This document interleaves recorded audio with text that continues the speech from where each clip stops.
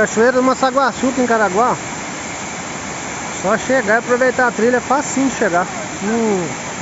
Não tem sujeira na trilha, nada. É tipo uma estrada de carro, só que limpinha. Dá uns 16 minutos de caminhada a pé.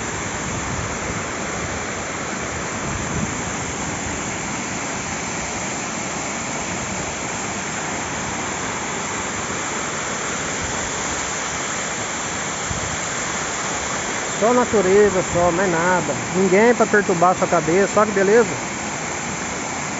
Ó. E não é fundo não. Dá pra aproveitar e ficar tranquilo.